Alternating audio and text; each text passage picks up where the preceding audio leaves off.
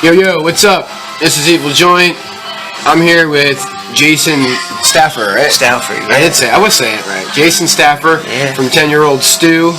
And, what's going on, man? What's up, man? Welcome to the show. We just were chatting about all kinds of different, what do you call them? Channels, dudes? Channel beings. People that channel? People that channel. What do they call it? Psychic powers, channelers. Channelers. Yes, channelers. Yeah. And we're getting pretty deep into that stuff. But before we get into that, I guess we should start from like when we first started kind of working together with 10-Year-Old Stew.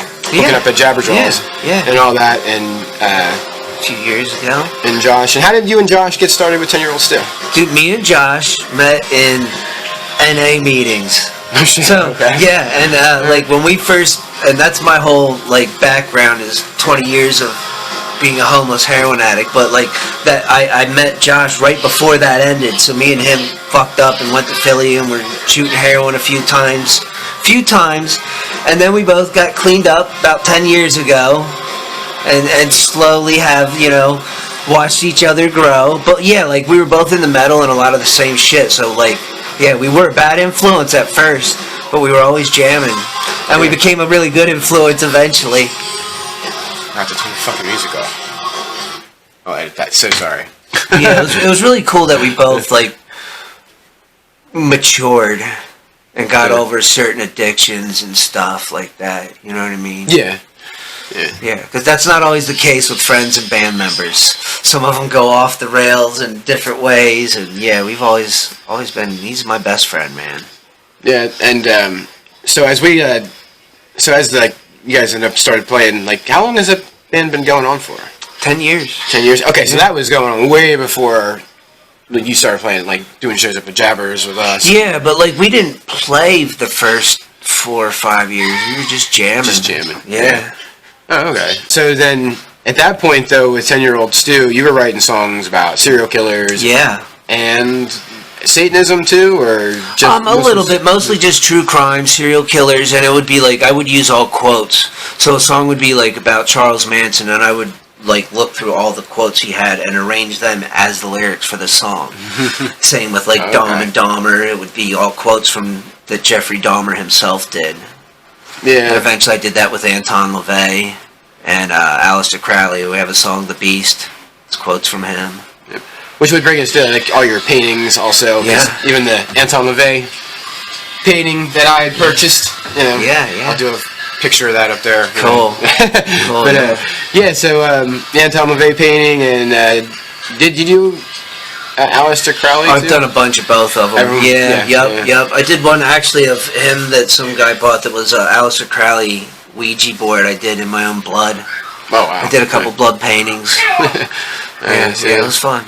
And some of those paintings, didn't you do that on bones? A bunch of paintings on bones, weapons. Those are actual human bones, or no humans. Okay, yeah, right. My mother-in-law was working at a butcher shop, so it's like ox and cow beef.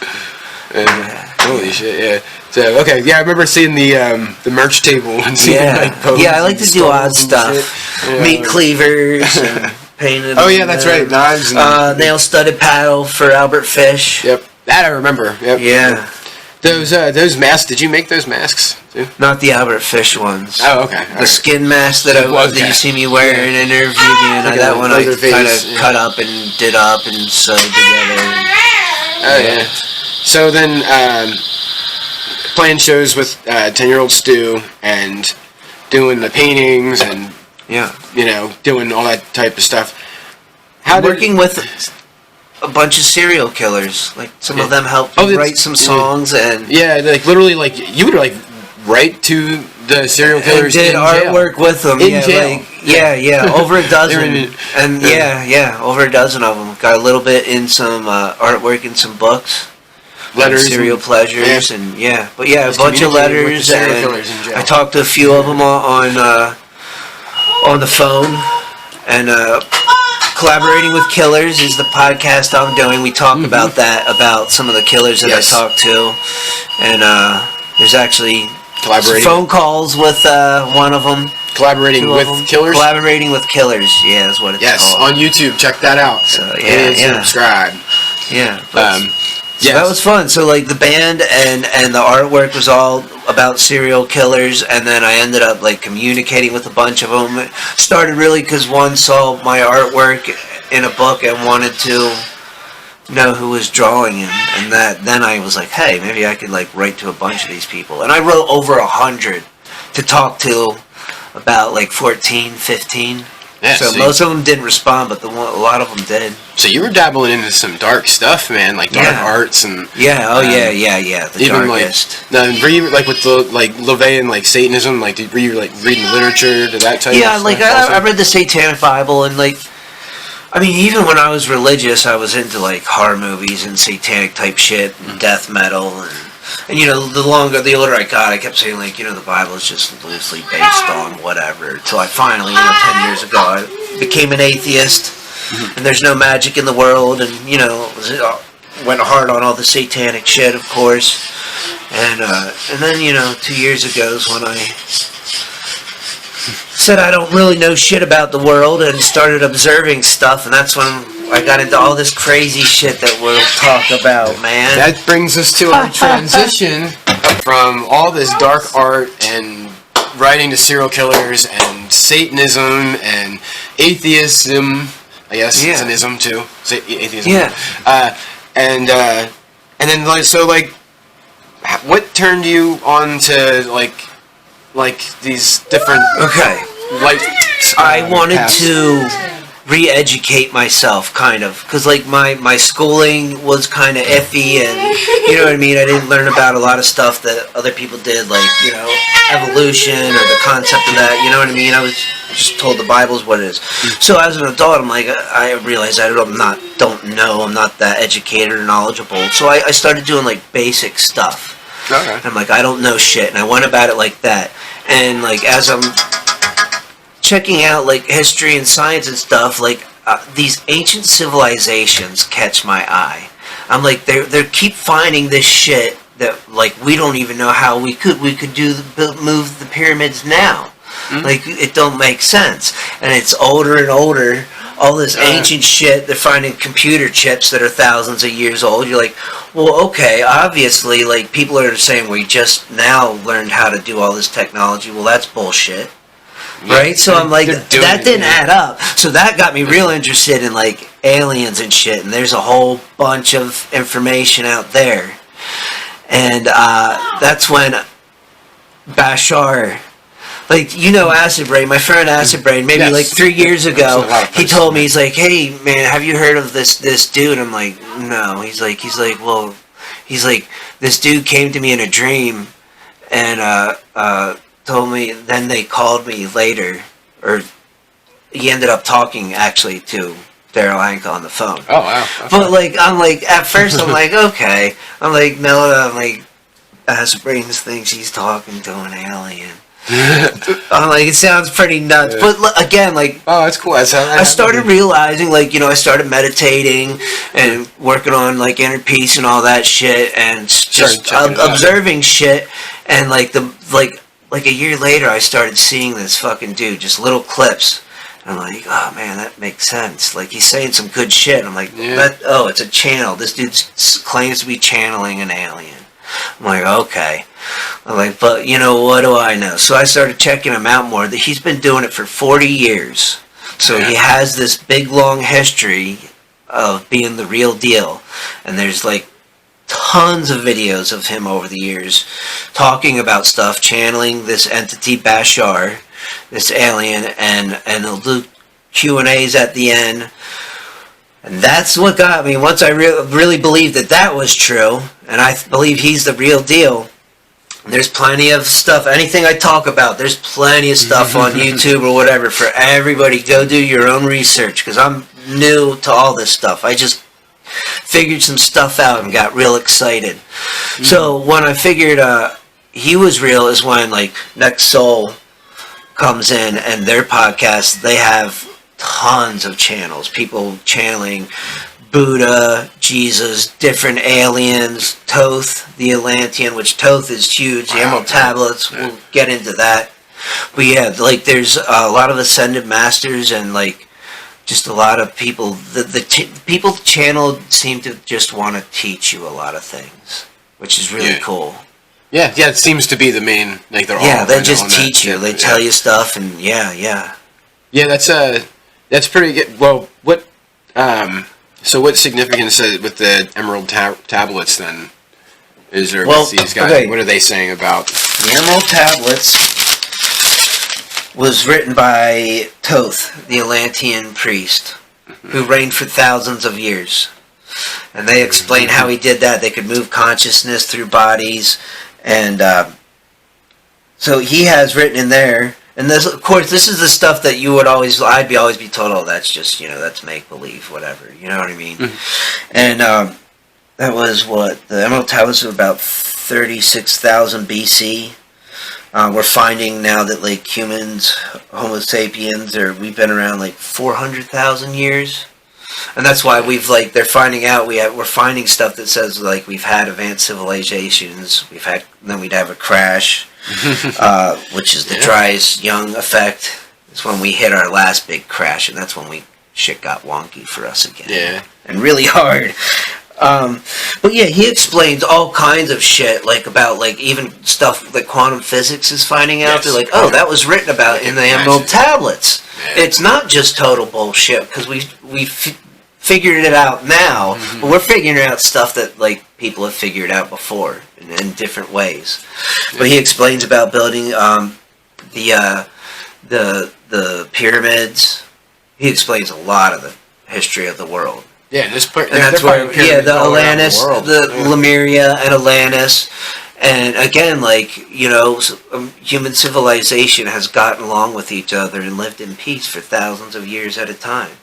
So that's what, you know what I mean? That would be an ideal situation to go back to, right? If a lot of people started thinking about it. I think they said there was like 5 or 6 civilizations that have already existed, came and went. Yes, yeah. I think, like, the Earth, I think they're saying reset, like, probably, like, 4 or 5 times. Yeah. Like, just world catastrophes. And we're supposedly overdue. There's all kinds of shit. I've heard it should have already happened for us. But we're still here. We're still rocking. Yeah. One of the really cool people channeled somebody that's a human from 300 years in the future. Oh, right. Wow. Which is cool, because, like, we make it. Like, there's a mass awakening going on, and the world is raising its frequency. And it was talked about, like, the Mayan calendar talked about that, and I forget, the Emerald Tablets. I don't know, but wouldn't that, like, ruin the secret, like, the simulation, like, because there's a reason that we forget when we come into this simulation, right? There's clues. So, as we're all catching on and being enlightened, once the cat's out of the bag and we all know we're in a simulation, and we all know that we have a past that we forgot about, we've been in different lives, and now here we are now. So once the cat's out of the bag, because they're giving us little hints and they're letting us know through channeling, through people. Yeah. So once everybody's like, oh, well, shit, okay, I guess we're just in a simulation now, so we can just chill and just go and, go towards our passions and enjoy everything. Yes, that's it. So, but, like, but doesn't that make it kind of easy? Because, like, the whole point is to not know and go through the trials and the tribulations of life and trying to figure all this shit out. I'm like, oh, this is so tough, But if we already know that, it's just a test. But we're good. We're just in a simulation. Out of thousands of times of reincarnating. Once we die, we're good. We're back in spirit. You can always reincarnate back into something hard again, where you don't know. Well, you know what I mean? Yeah, but then but the information, you might grow up, like, our kids are going to grow up knowing. Oh yeah, absolutely. You know what I mean? There's not going to be a secret. Well, that's it. They're going to grow up without even knowing. When you're incarnated into, like, you're fine. Don't worry. Just do what you got to do and enjoy the ride. Just enjoy the ride. Yeah, we're good. But it's a lot of dimensions and worlds are like that. Like Bashar, like, if you would incarnate into, like, his world, like, you already know. Everybody will know. Yeah, they'll be born into knowing that it's. This is simulation. I mean, I guess it's still a rough life, no matter what. Like, for most people. From what I understand, this is it.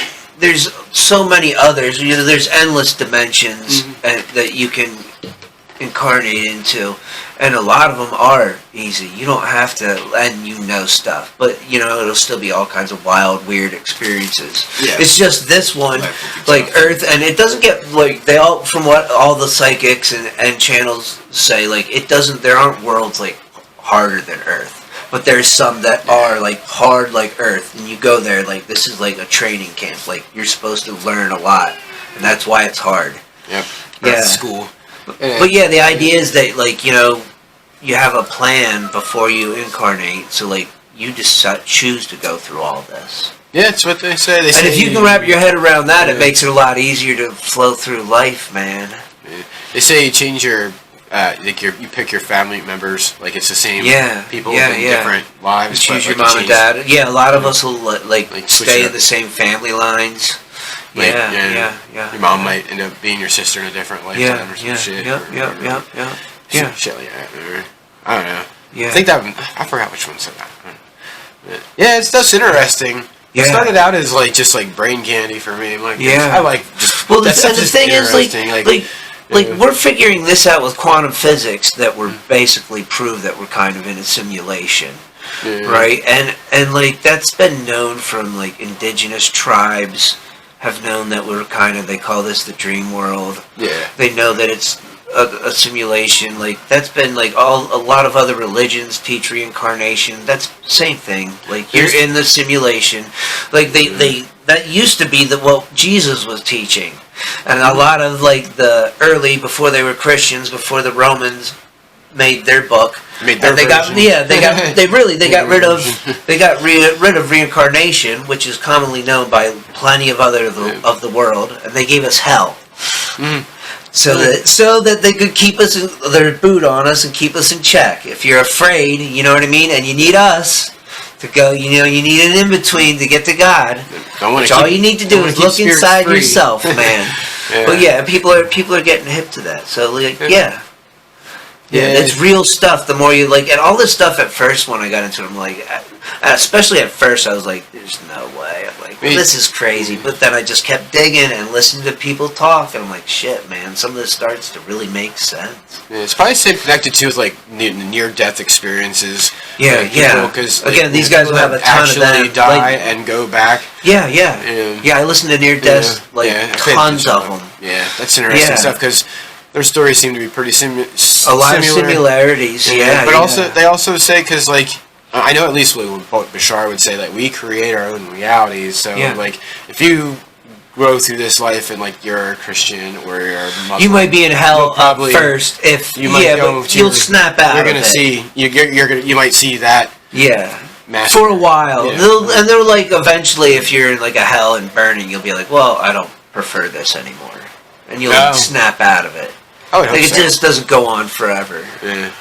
It'll be real quick. Yeah, your mind can. Yeah, people will get stuck. Hot down here. No thanks. Yeah, that's pretty much what happens. You're like, nah, I don't want this, and you like snap out of it. Yeah. Yeah, and that's coming from different channels and psychics that talk about that. Because some people have out of body experience. It's rare, but like especially if you're religious and you believe in hell, you'll have an out of body experience, and your mind will go into like, oh, I'm in hell, and you'll come back and you'll be like, hell's real. I've seen it. Yeah. Like. Yeah, I mean, it's kind of like whatever you want to believe, I guess. Right? Yeah, but that's not the norm. And like, you know, like I've listened to like over 200 interviews of like psychics and channels discussing all this stuff. So I'm not just listening to like one person or just Bashar. It's a whole lot of different people. And that's how I'm like, you're locked on a same lot people more than keep me. Saying the same shit about the same things. Yeah. I mostly just paid attention to like Billy Carson and. Yeah, he's great, especially with Thoth, the Emerald Tablets, Alanis. Yeah. That's where any of those subjects, you can go on and on forever. Yeah, it's real interesting stuff. And the way he connects it in his interviews, the way Billy Carson connects the stuff in his interviews, like, you know, like how like the different races became different races in different parts of the world. Yeah, that was genetic. They did it genetically, kind of like branding like cattle, so they know who belonged to who. Because what we're finding out is like in the emerald tablets, like we were slaves to get gold. We were genetically engineered with whatever we had. Homo sapien with Anunnaki. The Anunnaki, which they're always like, oh, that's just a fairy tale. That's true. The Anunnaki made us, and then eventually they set us free. So originally they were just going to destroy the planet when they were done with it, but like they had to change a heart. Yeah. Can you imagine them seeing this big, giant, beautiful Earth and like, let's just burn this shit down. Yeah. Like, come on. Yeah. And like, but that wasn't that was the original plan, but it wasn't the actual plan.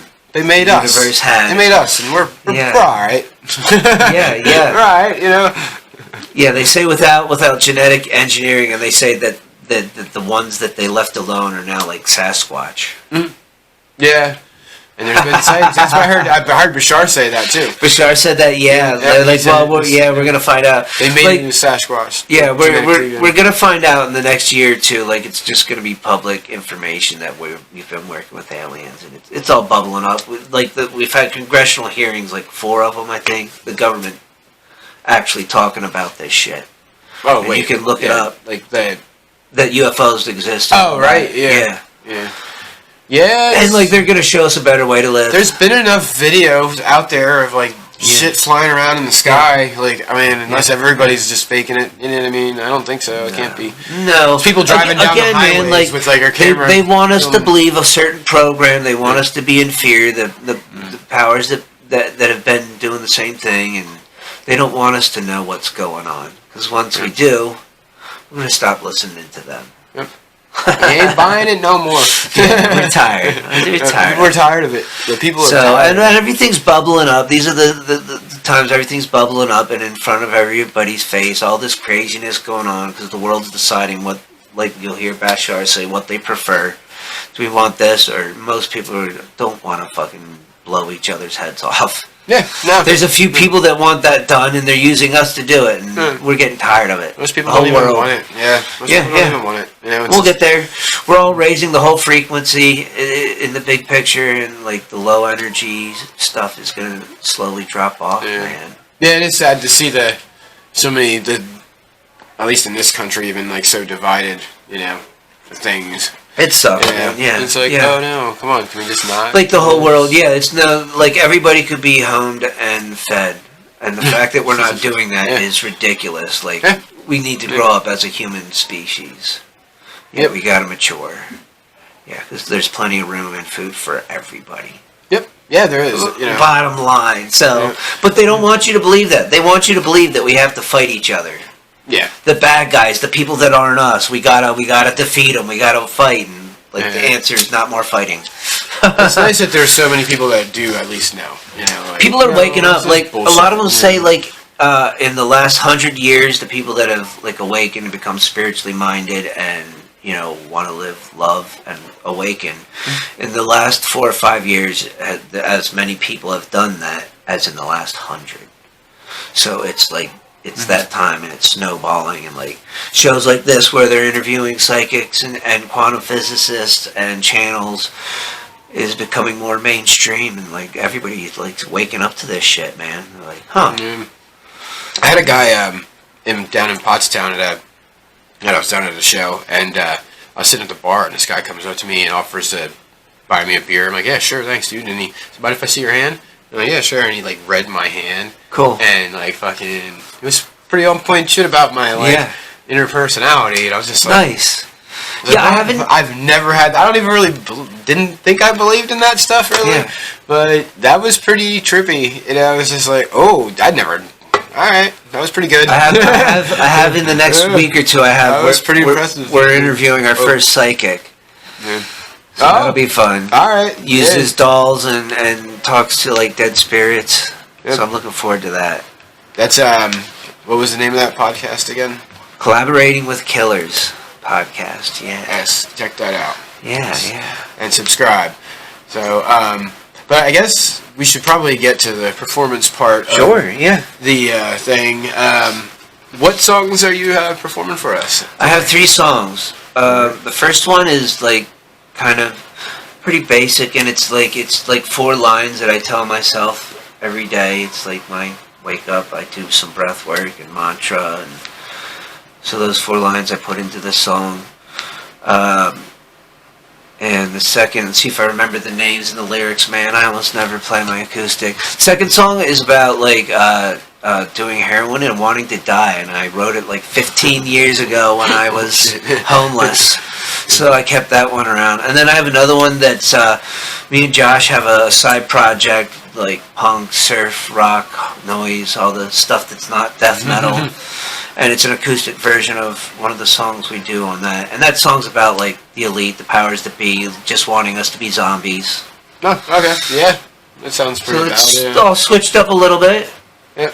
Alright. The first one's called Breath of Life. Yeah, then Slither, then Uncle Scam. So, alright, well, I guess without further ado, here is your first, like, public... Yeah, I don't play acoustic songs for people. Like, so... Here you go, Jason Stauffer. Breath of Life.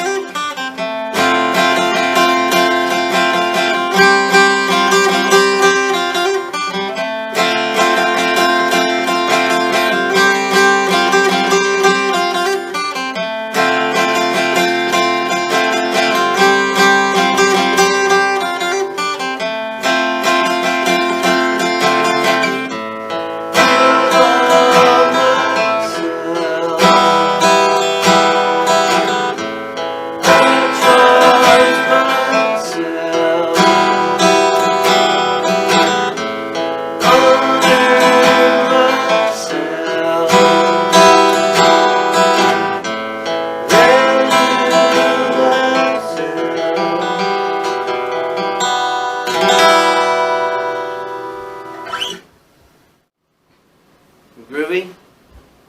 Cool. This is Slither, and I wrote this 15 years ago when I was a homeless heroin addict, man, and it's been 10 years since I did heroin, and I like to not forget how fucking bad it was, and keeping this song around was part of that.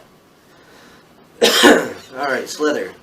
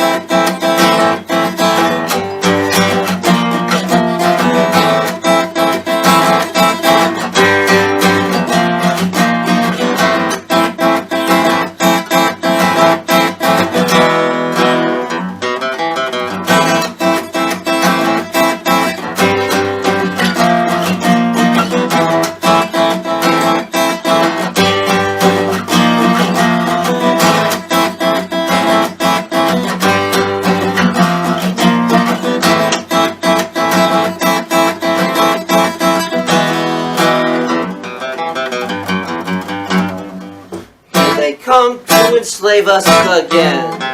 The government and Uncle Scam. And you think they will follow along as they lead us to the slaughter room. Holy hell, Uncle Scam, spread your zombies across the land. And to think we'll eat ourselves, no brains left, none at all. All zombies are out of hand.